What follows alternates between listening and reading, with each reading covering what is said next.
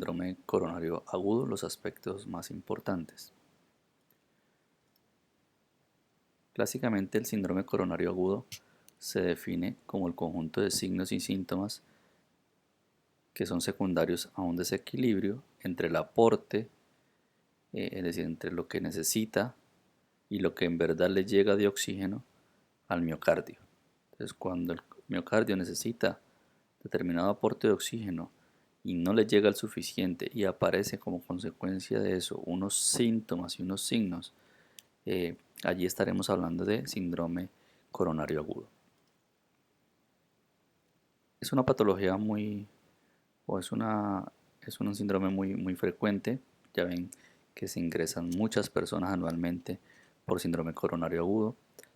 Afortunadamente, y digo afortunadamente porque es el menos severo, la gran mayoría de los casos, el 60%, corresponden al síndrome coronario agudo sin elevación del ST. Generalmente, pues los pacientes que sufren de síndrome coronario agudo son pacientes mayores. Como ven, más del 50% de ellos están por encima de los 65 años. Y evidentemente, entre más factores de riesgo cardiovascular tenga ese paciente, más probabilidades tiene de padecer de esta enfermedad. ¿Qué factores de riesgo tenemos eh, para desarrollar un síndrome coronario agudo? Clásicamente se han dividido en factores modificables y factores no modificables. Los factores modificables están en relación con el estilo de vida, ¿sí? Entonces aquí encontramos, por ejemplo, la dislipidemia.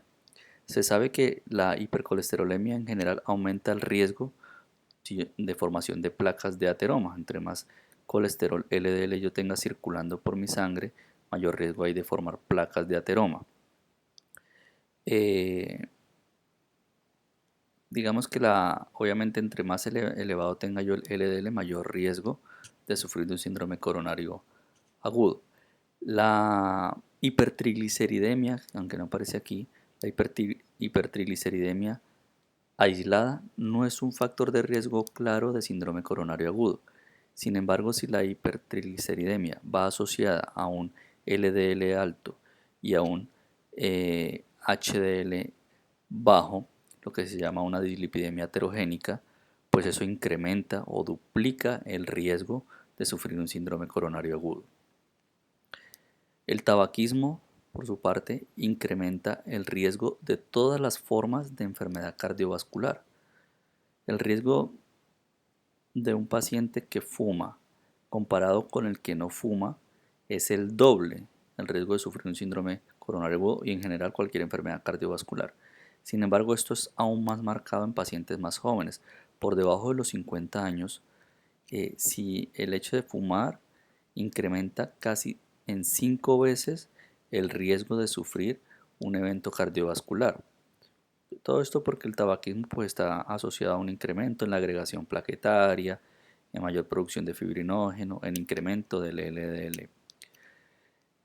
Los otros factores de riesgo pues, son los clásicos también, la diabetes, el sedentarismo, la obesidad. Vuelvo digo, todos estos factores asociados pues, a estilo de vida. Dentro de los factores no modificables pues tenemos aquellos que indudablemente no se pueden alterar. Uno de ellos es el envejecimiento, ¿cierto? Hablamos de hombres por encima de los 45 años y mujeres por encima de los 55 años, tienen más riesgo de sufrir un evento coronario. Se sabe que en las mujeres la aparición de enfermedades cardiovasculares se retrasa unos 10 a 15 años respecto a los hombres. Y esto probablemente es en relación al efecto protector que tienen los estrógenos sobre el endotelio. Sin embargo, después de esta edad, eh, la mortalidad o la severidad de los eventos es mucho mayor en las mujeres que en los hombres.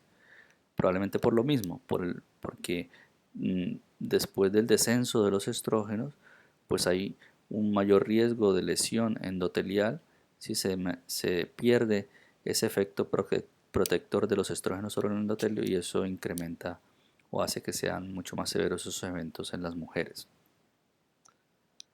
Obviamente la historia familiar también influye, ¿cierto? El hecho de haber tenido una enfermedad cardiovascular antes de los 55 años, familiar de primer grado, hombre por debajo de los 55 años, o en una mujer también familiar de primer grado, por debajo de los 65 años, incrementa el riesgo de una persona de sufrir de un evento coronario. Si a eso le sumamos otros factores de riesgo, pues obviamente el riesgo es mayor. El síndrome coronario agudo nosotros lo podemos clasificar en dos grandes grupos. Uno es el síndrome coronario agudo sin elevación del ST y el otro es el síndrome coronario agudo con elevación del ST. A su vez, el síndrome coronario agudo sin elevación del ST lo podemos dividir en infarto agudo de miocardio o en angina inestable. Mientras que el síndrome coronario agudo con elevación del ST, solo o siempre vamos a tener un infarto agudo de miocardio, es decir, una necrosis, si no realizamos ningún tratamiento inmediato. Otra clasificación que podemos encontrar es la de los tipos de infarto. Tenemos infarto tipo 1, que es el clásico, que se produce por una formación de una placa de ateroma, es decir, el mecanismo aterotrombótico.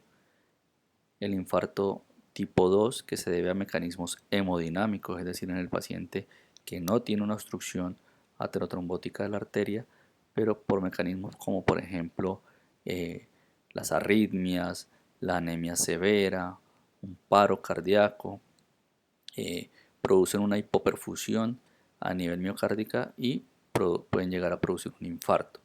El tipo 3 hace referencia a aquel paciente que tenía un cuadro muy sugestivo de enfermedad coronaria, pero que fallece antes de realizar alguna prueba, ya sea un electro o marcadores de daño miocárdico, y por lo tanto no se puede confirmar. Y el tipo 4 y tipo 5 hace referencia a esos pacientes que desarrollan infarto agudo de miocardio después de un procedimiento de intervencionismo coronario.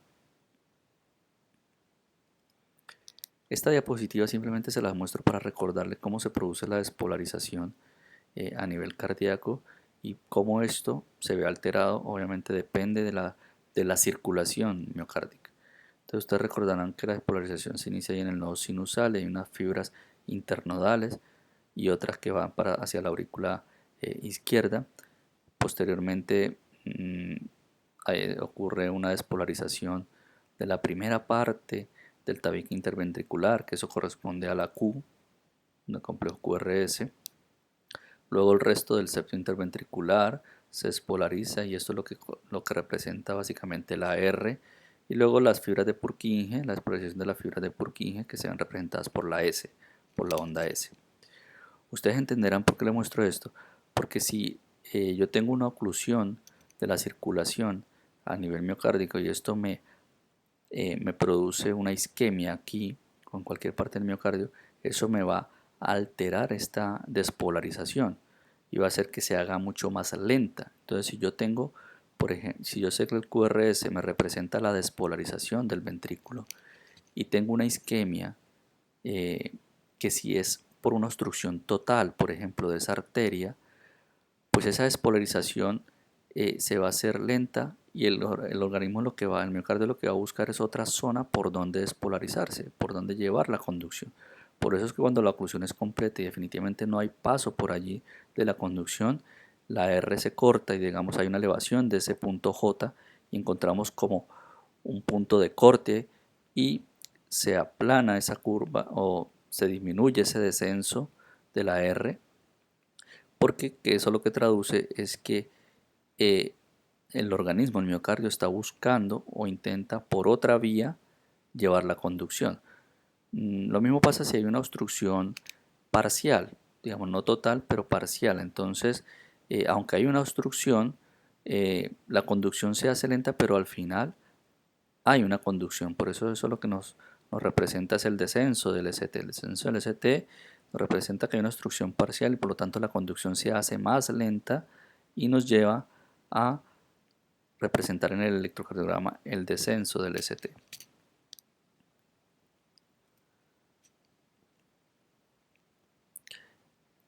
¿Qué pasa en un individuo normal? Pues tenemos que las arterias coronarias pues tienen sus tres capas y la luz, lo habitual es que esté libre y por allí pueda circular la sangre tranquilamente y llevar las demandas de oxígeno mediante la sangre al miocardio sin ninguna dificultad.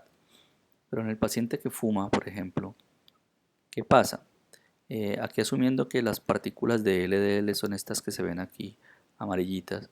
Si el paciente fuma o el paciente tiene hipercolesterolemia severa o mantenida durante el tiempo, esas partículas de LDL se van depositando sobre el vaso, sobre la íntima.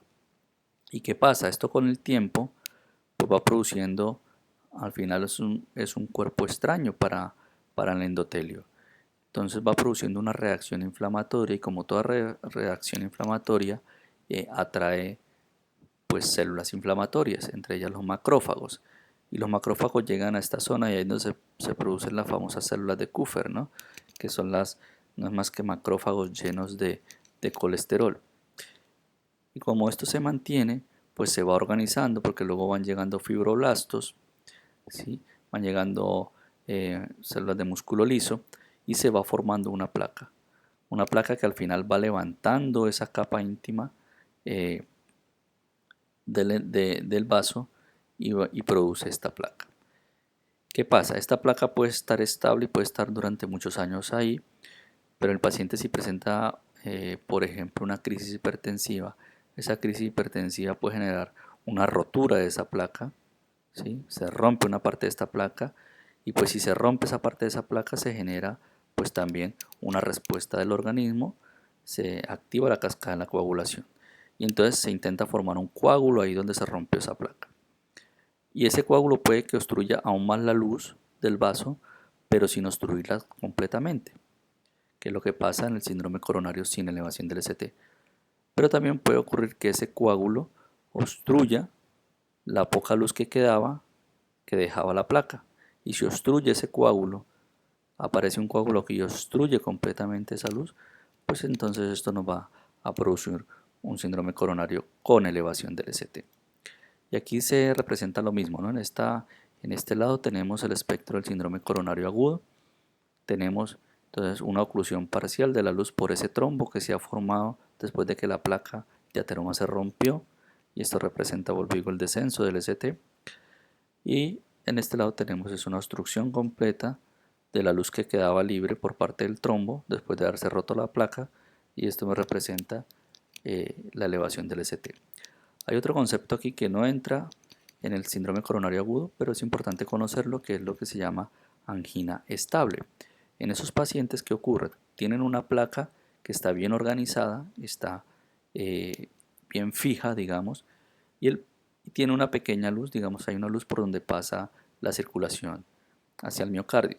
Entonces ese paciente que tiene esta placa estable, en reposo va a estar bien porque pues por esta luz va a pasar la cantidad necesaria de sangre para mantener la oxigenación miocárdica. Pero cuando ese paciente intenta subir unas escaleras o caminar un poco más rápido o hacer ejercicio, pues su miocardio le va a exigir más oxígeno, más llegada de sangre, pero pues esta luz va a estar permanente y no va a poder llevar ese aporte de sangre. Entonces por eso es que ese paciente, aunque el reposo esté bien, cuando va a hacer actividad física presentará los síntomas y es lo que se conoce como angina estable o angina de esfuerzo. Entonces, ¿qué manifestaciones clínicas presentarán los pacientes con síndrome coronario agudo? Entonces, pues lo típico es el dolor torácico, que suele ser opresivo, retroesternal, que generalmente dura más de 10 minutos, que puede ser un dolor de reposo, aunque también puede estar desencadenado por el esfuerzo y que puede ceder con el reposo o con la ingesta de vasodilatadores, aunque esto no es una norma. Ese dolor puede irradiarse a hombros, puede irradiarse típicamente también a miembros superiores, a mandíbula y estar acompañado de síntomas de bajo gasto cardíaco, por ejemplo, diaforesis y náuseas. Generalmente lo vamos a encontrar en pacientes por encima de los 50 años y que casi siempre tienen algún factor de riesgo cardiovascular. Hay que tener en cuenta pacientes como es el caso de los diabéticos de larga evolución o los ancianos, por ejemplo, que presentan síntomas menos claros. Los pacientes de diabetes de más de 10, 15 años de evolución generalmente tienen neuropatía y esto hace que las manifestaciones de dolor sean diferentes o menos notorias. Lo mismo pasa en los ancianos. Entonces hay que tener en cuenta esto a la hora de enfrentarse a un paciente con diabetes de larga evolución. En el examen físico, ¿qué podemos encontrar? Pues el examen físico podría ser normal o lo podríamos encontrar en el contexto de una crisis hipertensiva, o podemos encontrar un paciente con hipotensión arterial y bradicardia si ese infarto o esa afectación de la circulación corresponde a la coronaria derecha, es decir, a la cara inferior. Podemos encontrar signos de bajo gasto, como ya hemos dicho, es decir, diaforesis y náuseas. Soplos podemos encontrarlos si estamos en el contexto de una alteración valvular aguda, signos de fallo cardíaco agudo, e incluso podemos encontrar que el paciente debute con un paro cardíaco como manifestación de un síndrome coronario agudo con elevación del ST. Entonces, ¿cómo diagnosticamos a estos pacientes? Pues básicamente es la suma de la historia clínica más un electrocardiograma y unas pruebas de laboratorio que básicamente necesitamos la troponina para determinar si hay daño miocárdico o no. Las pruebas de imagen son estudios complementarios que en algunos casos nos pueden ayudar a aclarar el diagnóstico. En ese sentido, en el año 2018 se redefinieron algunos términos y eso es importante tenerlo en cuenta. En este consenso se definió básicamente, o se quiso aclarar el término de injuria miocárdica o de lesión miocárdica para diferenciarlo del infarto agudo de miocardio. Entonces aquí hablamos de injuria miocárdica o de lesión miocárdica cuando hay una elevación de marcadores de daño miocárdico, es decir, en este caso la troponina. Cuando si tomo la troponina de forma aislada, es decir, sin tener síntomas, sin valorar los signos y los síntomas, estaremos hablando de injuria miocárdica, es decir, injuria hace referencia a elevación de troponina. Pero si queremos hablar de infarto agudo de miocardio, entonces debemos tener una injuria miocárdica, es decir, una evidencia de una elevación de la troponina, pero debemos tener al menos uno de estas manifestaciones o de estos puntos.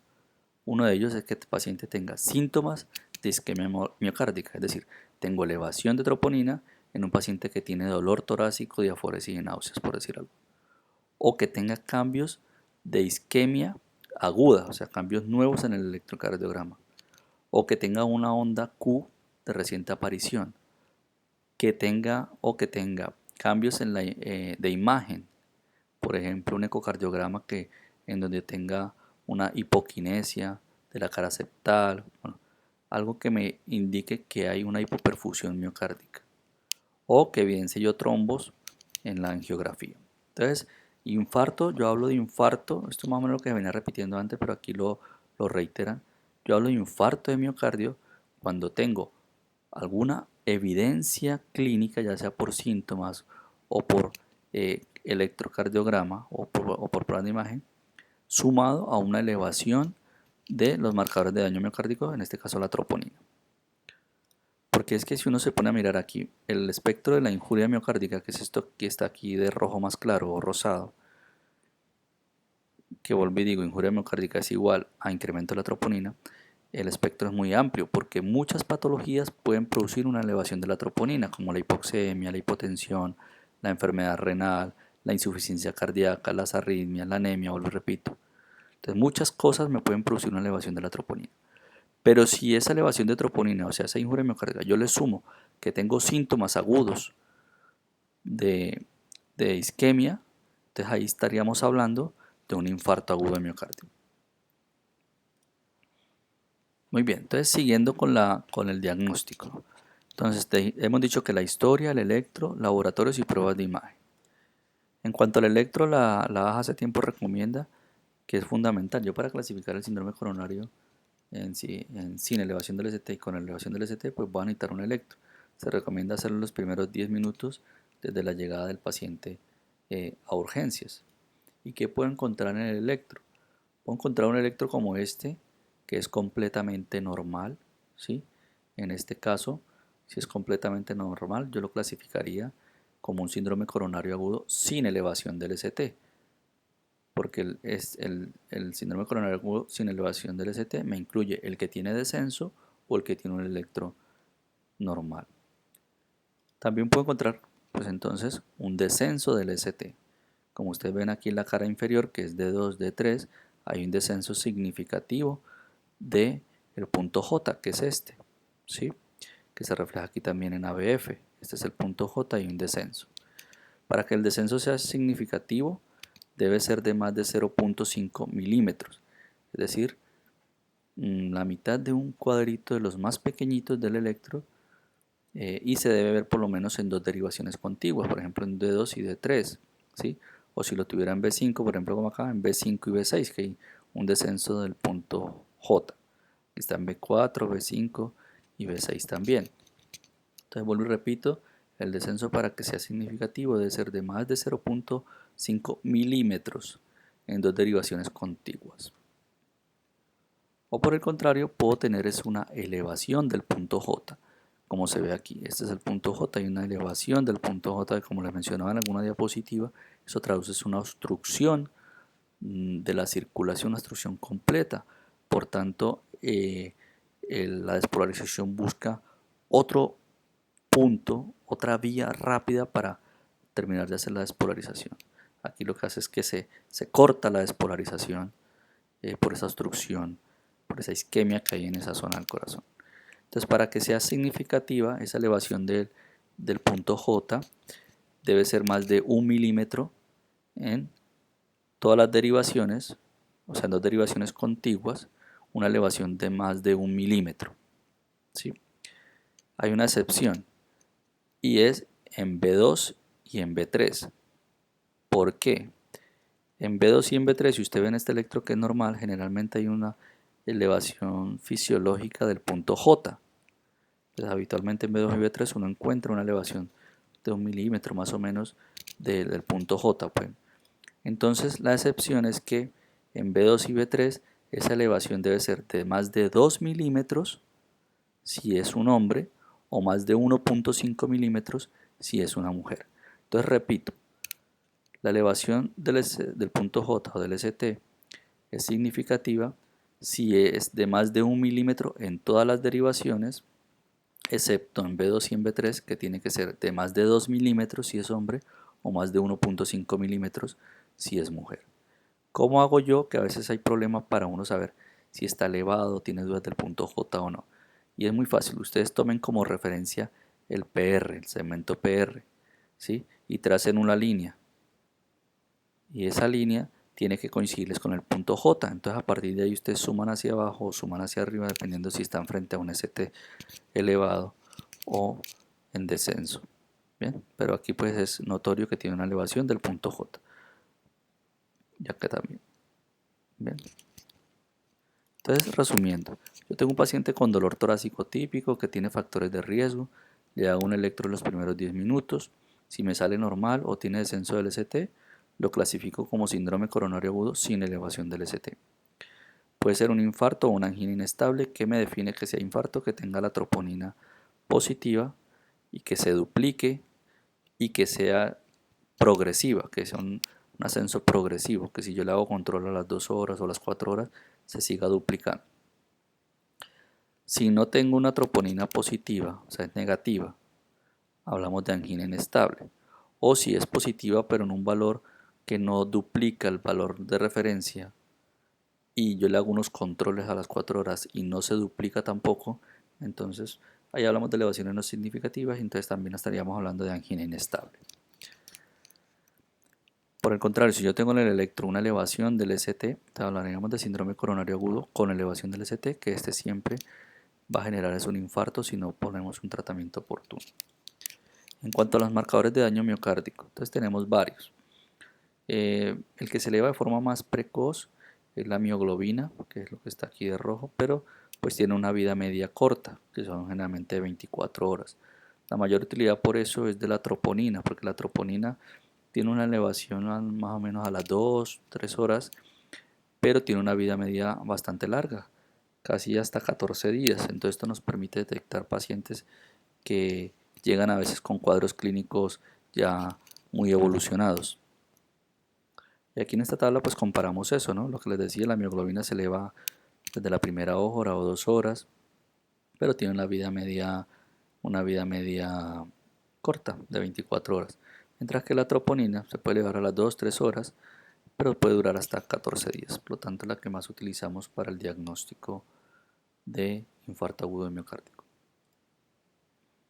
Y esto también es lo que les mencionaba, porque se hacía énfasis entre diferenciar entre injuria o daño miocárdico e infarto agudo de miocardio, porque hay muchas causas de elevación de troponina. Entonces yo no puedo analizar simplemente el resultado de una troponina, tengo que mirarlo en el contexto clínico para saber si el paciente tiene o no un infarto agudo de miocardio. La radiografía en el paciente con síndrome coronario agudo puede ser normal, como esta, por ejemplo, que no tenga ninguna alteración, o lo podemos encontrar como esta, por ejemplo, que tiene una cardiomegalia global eh, y puede llegar en el contexto de un edema agudo de pulmón, por ejemplo, como este. Hay un patrón bilateral en alas de mariposa. Entonces, el espectro de la radiografía es un estudio complementario y puede variar mucho de un paciente a otro. Las pruebas de imagen, el ecocardiograma no necesitamos en urgencias realizarlo, sobre todo en la parte de hospitalización, sí, para valorar la fracción de eyección porque nos marca pronóstico en estos pacientes. En pacientes en los que yo tenga duda, de pronto sí podría utilizarlo en urgencias para ver si hay alteraciones de la motilidad como akinesias o hipokinesias. Esas alteraciones de la motilidad tienen que ser localizadas en una parte del miocardio, ¿no? Porque si usted encuentra un corazón que está hipokinético de forma generalizada, pues tienen que pensar es en otra cosa, no en una isquemia aguda. Y aquí en esta imagen lo que eh, se muestra es, o se resume, esto que hemos estado hablando, ¿no? Un paciente puede tener baja probabilidad para un síndrome coronario o una alta probabilidad. ¿Quién tendrá baja probabilidad? Pues el paciente que tiene un dolor que no es característico, que está ahí localizado en esternón, que no se irradia, ¿sí? Que además tiene un electro que es normal, y si yo tengo la posibilidad de hacer la troponina es negativa, pues ese paciente tendrá una baja probabilidad para síndrome coronario. Habría que buscar otras causas. Pero en cambio puedo tener este paciente que tiene el dolor típico retroesternal, irradiado a miembros superiores, a cuello, a mandíbula, con cambios en el electrocardiograma y además marcadores de daño miocárdico positivos, pues ese paciente obviamente tendrá una alta probabilidad de un síndrome coronario agudo. Y el paciente que llegue en paro cardíaco, pues ese paciente siempre hay que tener en mente un infarto agudo de miocardio. Entonces, ese paciente en paro cardíaco va a ser de alta probabilidad para síndrome coronario agudo. Cuando evaluamos a un paciente con síndrome coronario agudo, hay que aplicar o existen algunos parámetros que nos permiten valorar, mm, eh, calcular el riesgo, sobre todo el riesgo de complicaciones, como calcula el TIMI, que el TIMI pues de las siglas en inglés, que básicamente significa trombolisis en infarto de miocardio, valora unos parámetros. Estos parámetros lo que uno hace es sumarlos, ¿sí? Y me dice el riesgo que tiene ese paciente de hacer complicaciones asociadas a la trombolisis. Entonces, si solo tiene hasta 2 puntos, pues tiene una baja probabilidad de hacer complicaciones, pero si tiene 5 o más puntos, pues una alta probabilidad de hacer complicaciones asociadas a la trombolisis. Hay otras escalas como el KILIP, por ejemplo, que lo que hace es relacionar en el paciente que tiene infarto agudo de miocardio, ver qué tanto compromiso o qué tanto fallo de bomba de ventrículo izquierdo tiene. Entonces el KILIP 1 es el paciente que no tiene insuficiencia cardíaca, por lo tanto la mortalidad es baja, pero el KILIP 4 es el paciente que tiene shock cardiogénico, cuya mortalidad es bastante alta. También está el Grace, que el Grace, bueno, aquí no les puse ahí unas calculadoras, esto lo pueden encontrar ustedes en cualquier aplicación de celular, por internet. Y el Grace también valora unos parámetros y lo que nos dice es el riesgo de muerte que tiene ese paciente tanto a los 30 días como a los 90 y a los 6 meses. Pero como les digo, pues son escalas pronósticas. Entonces, ¿cómo trato yo al paciente con síndrome coronario agudo? Entonces, digamos en tratamiento general, vamos a empezar por el manejo del síndrome coronario agudo sin elevación del ST. Entonces, el manejo general se puede resumir en esto.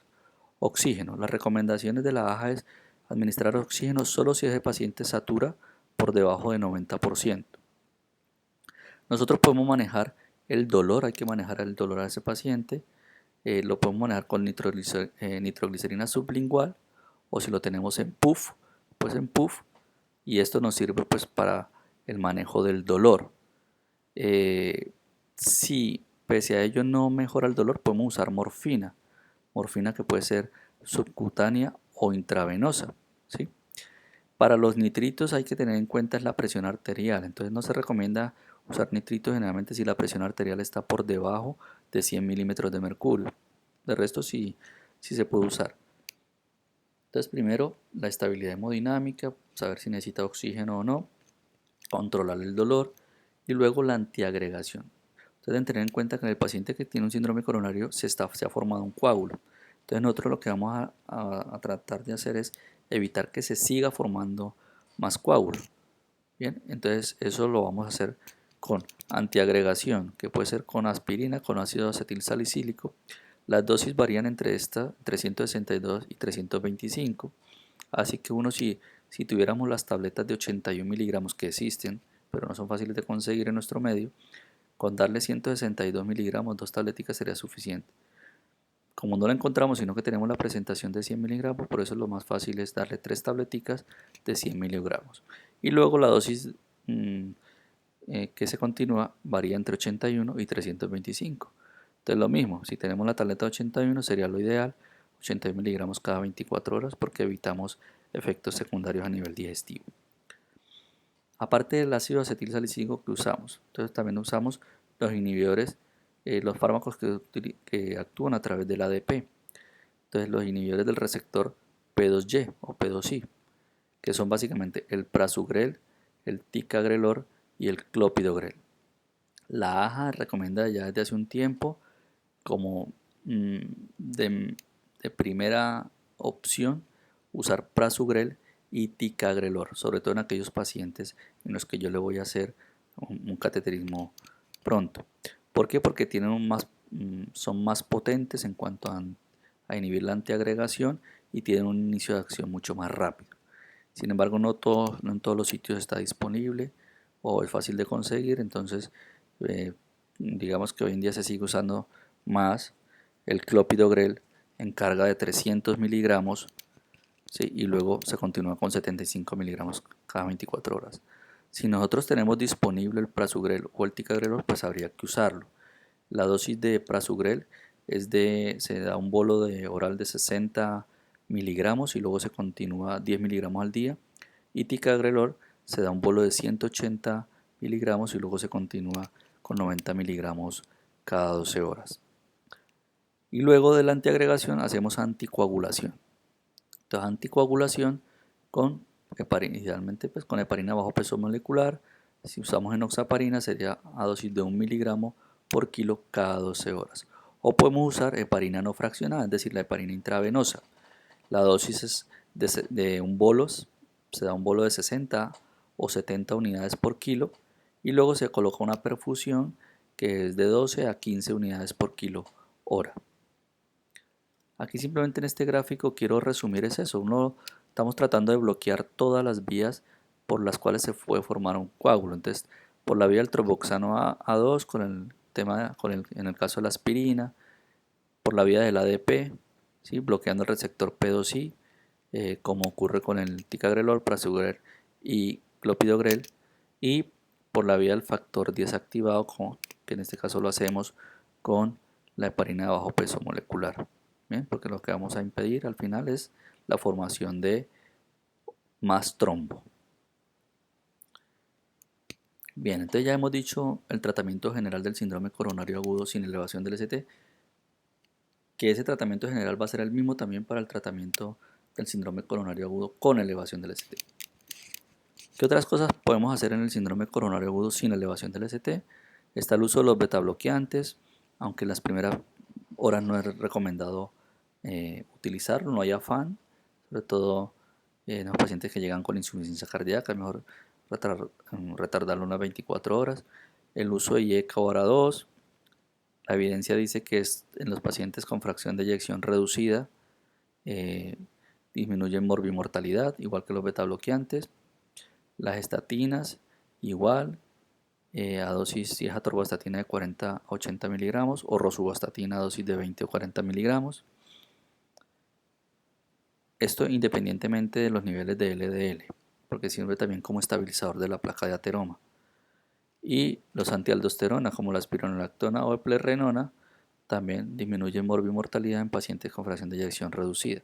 Estos fármacos, como digo, no hay afán en ponerlo en las primeras 24 horas. Ya cuando el paciente esté estable, entonces se puede administrar. Muy bien. ¿Cuál es la diferencia del manejo en el síndrome coronario con la elevación del ST? La terapia de reperfusión. Entonces, todo lo que hemos mencionado del tratamiento hasta ahora se debe hacer también en el síndrome coronario con elevación del ST, pero además debemos pensar en terapia de reperfusión. Para eso debemos tener en cuenta los tiempos. Entonces, si el paciente consulta en las primeras 12 horas desde el inicio de los síntomas, ¿sí?, yo tengo la opción de hacer o fibrinolisis o angioplastia primaria. ¿Cuál hago? Pues la que tenga disponible. Si no tengo disponible angioplastia y no me la van a hacer pronto, pues uso fibrinolisis, o sea, con fármacos. Si tengo las dos, pues obviamente de elección la angioplastia primaria. Hay que tener en cuenta esto. Entonces, el paciente debe estar o debe haber llegado dentro de las 12 horas desde que inició con los síntomas. Ya para hacerle la angioplastia debo tener en cuenta que desde que yo diagnostique el infarto hasta que le hagan la angioplastia, si no van a pasar más de 120 minutos o no, idealmente no van a pasar más de 90 minutos, le hago la angioplastia, ¿sí? Es decir, a mí me llega el paciente, empezó hace 4 horas, es decir, está dentro de las 12 horas del inicio de los síntomas, 4 horas con dolor torácico, ya lo diagnostiqué de infarto porque tenía troponina y cambios, elevación del ST en el electro, entonces decido que le voy a hacer la angioplastia. Entonces la sala de hemodinamia debe estar lista y el paciente debe estar ya en hemodinamia antes de los 120 minutos. Si eso se va a demorar mucho, porque el paciente lo tengo que yo remitir o no está el personal disponible, van a demorarse más de 120 minutos, entonces no tengo que retrasar el tratamiento y en ese caso tendría que usar fibrinolisis. Y si yo haya decidido que voy a usar fibrinolisis, lo ideal es realizarlo en 10 minutos desde el diagnóstico de infarto. ¿Listo?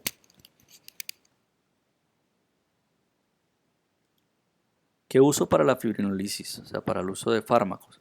Pues tenemos varias opciones. Está el RTPA o, pues que nunca faltan en los sitios, la streptokinasa. Las dosis son las que están aquí, son muy fáciles.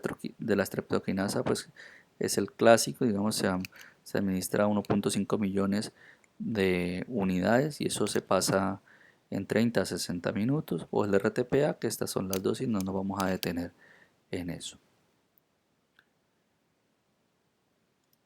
Bien, entonces hemos dicho que si el paciente está dentro de las 12 horas de inicio del dolor, hay que definir si hacemos angioplastia, si no se van a demorar más de 2 horas en hacérsela, desde que yo lo diagnostico de infarto, o fibrinolisis, si pues no tengo la disponibilidad de la angioplastia dentro de las 2 horas siguientes. ¿Qué pasa si el paciente consulta después de 12 horas de iniciados los síntomas, entre 12 y 48 horas? Pues todavía se puede hacer angioplastia primaria. Lo que está claro es que después de las 12 horas de iniciados los síntomas ya no se puede hacer fibrinolisis. Lo que hay que hacer es angioplastia. Entonces, si en mi centro yo no tengo que remitirlo a que le hagan la angioplastia. Y si el paciente ya con un infarto evolucionado, o sea, de más de 48 horas, pues ya ahí se toca decidir si le hago el manejo convencional del síndrome coronario, es decir, con antiagregación, eh, betabloqueantes, IECA, estatinas, o si lo mando a que le hagan una angioplastia. Esto ya es opcional. Bueno, esto era a grandes rasgos lo que quería revisar de síndrome coronario. En las diapositivas están las referencias de los artículos, de los principales artículos, por si quieren complementar. Muchas gracias.